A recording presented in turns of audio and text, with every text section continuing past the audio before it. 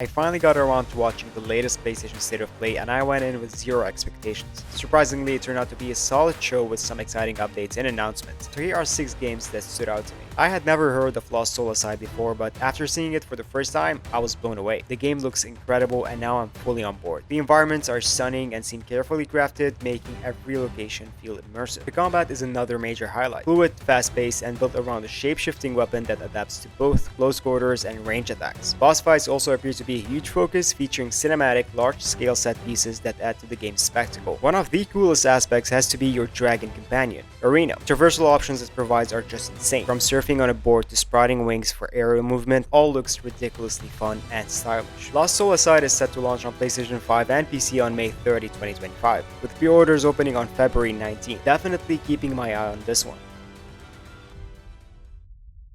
I've never played the Borderlands game before, but I've definitely heard good things. For some reason, I just never got around to trying the series. But Borderlands 4 might be the one that finally pulls me in. The game's aesthetic is unique, and while I have no idea what the story is about, the variety of weapons and how fun they look to use definitely caught my attention. Everything about it just screams fun. That said, I do have one question. Can Borderlands 4 be played solo? Is it designed for a single player experience, or is it primarily a multiplayer focused game? Let me know in the comments.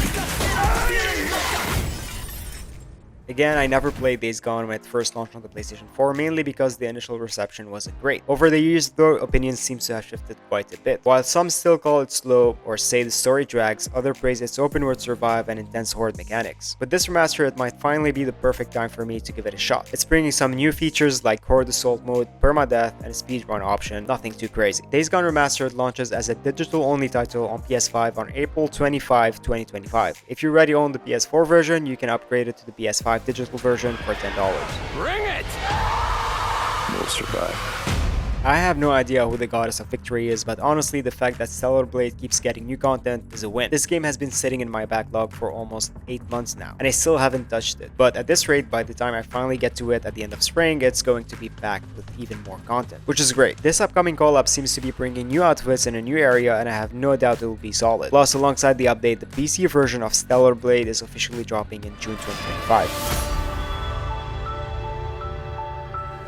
The announcements for Tides of Annihilation was absolutely fantastic, easily one of my favorite highlights. This new single-player action-adventure game is set in a broken London where modern ruins blend seamlessly with the medieval past, creating a visually interesting world. You play as Gwendolyn, who wields the power of a mysterious grey fog, allowing her to summon 2 spectral knights to fight by her side, each with a unique combat role. The combat looks fluid, dynamic, and like it will offer a truly engaging experience. Plus, the presence of colossal knights roaming the world hints at some epic boss battles ahead. Overall, this game has me hyped and I can't wait to see more. Even if the price is my soul. Saros was the final game unveiled during the PlayStation State of Play, coming from Housemarque, the studio behind Returnal, a game that's been highly praised. Personally, I never played Returnal, it just didn't seem all that interesting to me. Maybe I need to give it a shot to really appreciate it, but we'll see. As for Saros, the reveal was purely cinematic, but it definitely looked intriguing and got people hyped. If you've played Returnal, how would you describe it in just a few words? Let me know down below.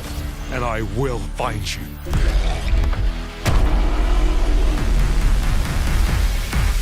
And that's a wrap. These were my personal highlights from the State of Play. Overall, I'd say it was a solid event with some exciting announcements. Now we wait for that PlayStation showcase to hopefully see more first-party updates. Thanks for watching, and I'll catch you in the next one.